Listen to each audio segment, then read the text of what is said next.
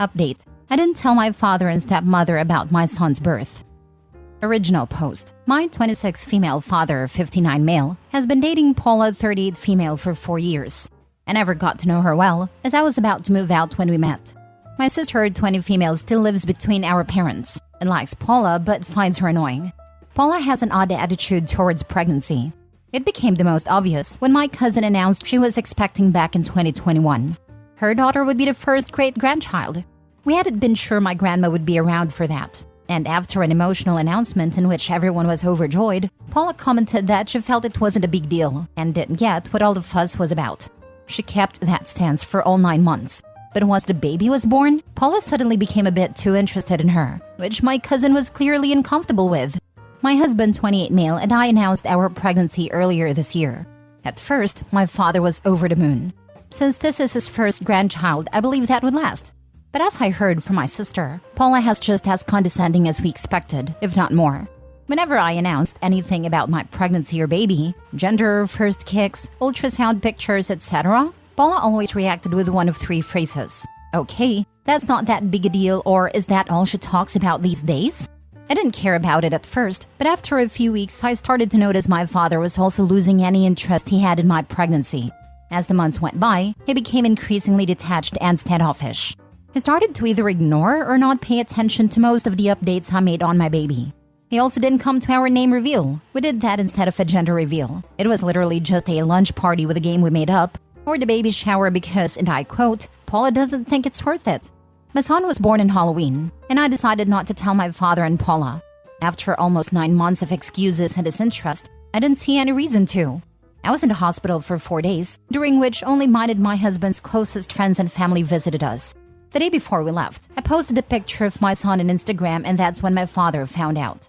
He called to ask why I hadn't told him and Paula or invited them to meet my baby, and I didn't lie. They didn't make any efforts to get involved, both emotionally and physically, during my pregnancy, so they'd have to wait for baby news like everybody else.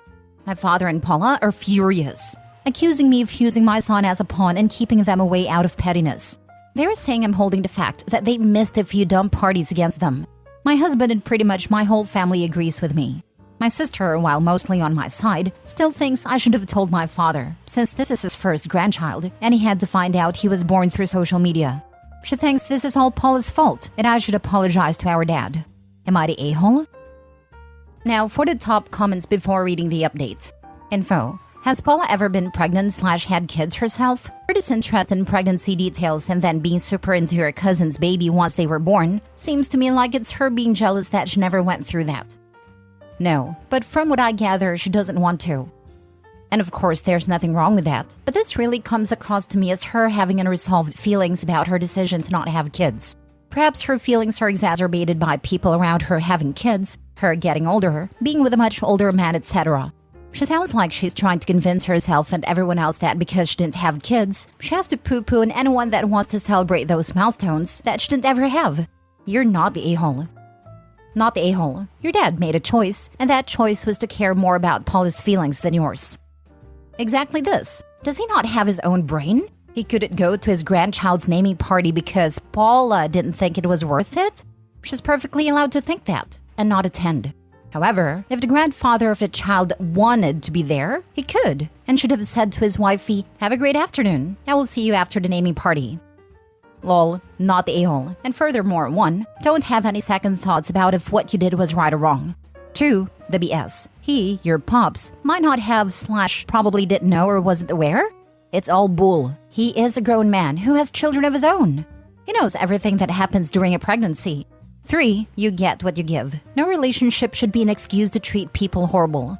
It gave off I don't care vibes, and you just reflect it back.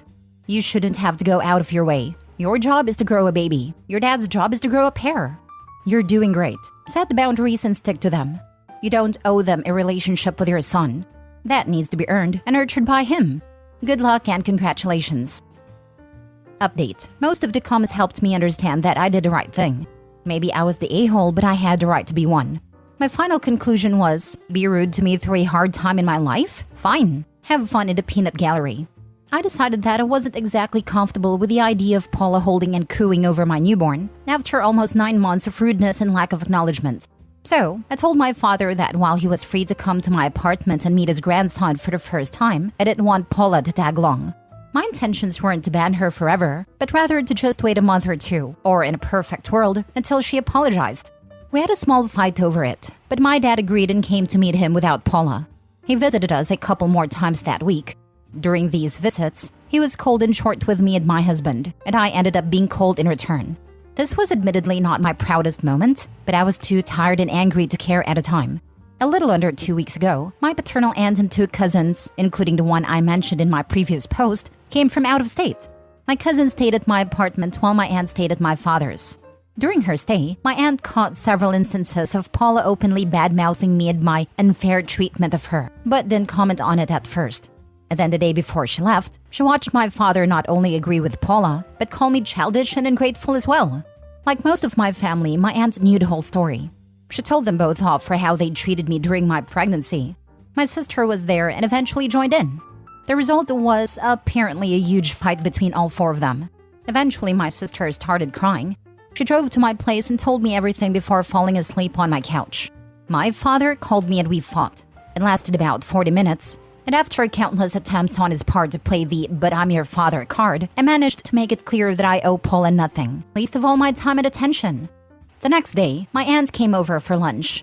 She told us that after our argument, there was another massive fight, this time between my dad and Paula. She didn't pick up on specific words, only screaming. A few days later, my dad called me again. He apologized and promised to try to be more involved. I'm not sure how sincere he was. I accepted the apology but told him he's on thin ice. I will help him be a part of our lives, but I refuse to be the only one making that effort. It's not my job to try to engage him in things he shows no interest in. And if he doesn't get invested in something, he can't expect to be treated the same as the people who do. My sister went back to his place a few days later. Paula wasn't there. Apparently, she's staying with her mother for a while. Neither of us know anything else about that. If this turns out to be an actual breakup, my father will probably wait a while to confirm it. I never wished ill on her, but I'd be lying if I said I had faith in their relationship, or any of my father's for that matter. Countless fights and a cluster-feeding newborn later, I'm exhausted. I'm glad this is over. My relationship with my father is still very strained, and I'm not particularly proud of how things turned out. But my main focus now is my son, and it warms my soul to witness how loved he already is. From the bottom of my heart, thank you all. It seems to me your father has started making efforts before the possible breakup. Him visiting a couple of times looks like a step in the direction of paying attention, hoping for your relationship will improve and becoming a positive part of your and your son's life. I hope so too. I don't want him to tarnish his relationship with his grandson. It sounds like there's a good possibility he might have realized how much he might miss. The determining factor is sadly if Paula is gone for good, since it's clear her influence was the problem. You're right to not be the only one making an effort. I feel sorry for your father. It seems he was genuinely interested in your pregnancy, but Paula's attitude poisoned him and sucked out all of his enthusiasm to the point that he missed the birth of his first grandchild. I'm not saying you were wrong to leave them out of the loop. He needed a wake-up call. But if he keeps making an effort to participate in your and your son's life, you should give him a chance. Let's hope he has learned his lesson should Paula actually come back. I'm giving him a chance, but again, I won't be the only one making the effort to get him involved. Next story. Am I the a-hole for telling my half-sister she and her siblings can figure stuff out with dad on their own? I'm 36 female, have a brother 38 male, and we have 3 half-siblings from our dad's second marriage, 25 female, 23 male, and 21 male. My brother and I lost our mom as kids. Our dad took a year and told us that was enough time hanging on to the past. He remarried within a year of saying that, so a little under 2 years after the death of our mom. He told us once people die, they need to be left in the past after a period of time, and you work on filling their role and replacing them as much as you possibly can. The whole thing was gross. He would become extremely frustrated when we did not leave mom in the past. His second wife was also part of his mindset. It worked for her, so she really pushed for us to do the same. When she was pregnant with half-sister, she told us it would be unfair for the baby to be born into a disunited family, and that my brother and I had to accept she was our mom now and she had taken her place. Dad was cheering her on with that little talk. My brother and I were never close to our half-siblings. They picked up a lot of their parents' attitude about we should leave mom in the past and let second wife be mom. They blamed us for others knowing we were not a true nuclear family, and instead were a blended family. I never cared. My brother enjoyed seeing dad and second wife have egg in their face when they would claim we were her kids, and people knew because of us that she was a stepmother at best, but more like a dad's wife. Second wife died a few months ago, and half-siblings all believed dad would be widowed for the rest of his life, and not remarry because he loved their mom so much. They wanted to talk to him about having one of them live with him, or for him to live with half-sister. But he told them he was already looking for his replacement wife. Half-siblings went nuts and tried to involve my brother and me, but this has nothing to do with us. Neither of us have talked to dad in almost 2 decades. We hardly talk to them even. My half-sister decided she wanted a face-to-face talk about this with me, where she tried to say, as the only 2 girls, and how unfair it was to her mom for dad to replace her. She told me we need to get on board and help them with dad, and figure out how to stop him. I told her that was none of our concern, and dad replaced my mom, so I wouldn't care if he replaced someone I never cared about. She told me I should care, and her mom did an amazing job with my brother and me. I told her she and her brothers are adults and are way older than my brother and I were when we lost mom and dad remarried, so they can figure this out with dad without us. I also reiterated I would not lend any assistance with this. I was told I was a crappy sister, person, daughter, and that I freaking suck. Am I the a-hole? Not the a-hole. Some people cannot be alone, and your father seems to fit into that category. Whether or not your father marries for a 3rd time is his decision. He didn't care what his children felt about remarrying after his first wife died. What makes your half-siblings think this time will be any different? You are all adults, and it's not a problem that has to be solved, and you told your sister as much. I think they believed he loved their mom more, and so he would never do that again. I also think it stands out to them that he is dating less than a year after their mom passed, when he waited a full year after we lost ours. He does what he does, and they will have to learn to either be okay with it all, including how he talks about it, or go distant like my brother and I did. But I do not want to get involved. I really don't care. Not the a-hole. Your father and stepmother were a-holes. People can move on with their lives, but to say you should forget about someone and replace them is gross. And your half-siblings are now experiencing what you went through. I wonder why they thought your dad would be any different now. He was supposed to love their mom more and want to remain faithful to her even in death. He was supposed to love and care less for mine and my brother's mom, or maybe not at all. Have they even apologized for their behavior now that they are going through the same thing? Or do they still think you were unjustified in your feelings? If so, that's hypocrisy at its finest. They still think we were unjustified. They still expected us to care more about their mom than our own. Last story. Am I the a-hole for telling my husband that he has to let my dad witness his colonoscopy? My mother-in-law wants to be in the room when I give birth. She's an unpleasant and pushy woman, and none of her own daughters have allowed her near them when they gave birth. My sisters-in-law are all at least 12 years older than my husband, and are all done having kids, so I am the last chance for my mother-in-law to see the birth of a grandchild. I have zero interest in letting that judgmental old woman see me down there. She has objected to me from the beginning because I have tattoos and I'm not in any way interested in being a stay-at-home wife. I have a lot of tattoos and a career I plan on continuing. And I have tattoos down there that are none of her business. My husband is her baby boy. He is a good husband and has stood up for me against her many times. When she tried to interfere with our wedding, he put his foot down. When she tried to convince him that we should move to his hometown where he could work from, but I would not be able to find an employer in my line of work, he said no, because my career is important to me. And while we can live off of his earnings and the cost of living is lower in his hometown, our combined earnings are much better altogether. She has started crying to him that all she wants is to see a grandchild being born. All her friends have experienced it, and she wants it. He's starting to crumble under her emotional blackmail. So, I made it clear that the only way I would agree was if, before the birth, my husband made arrangements for my father to witness him getting a colonoscopy.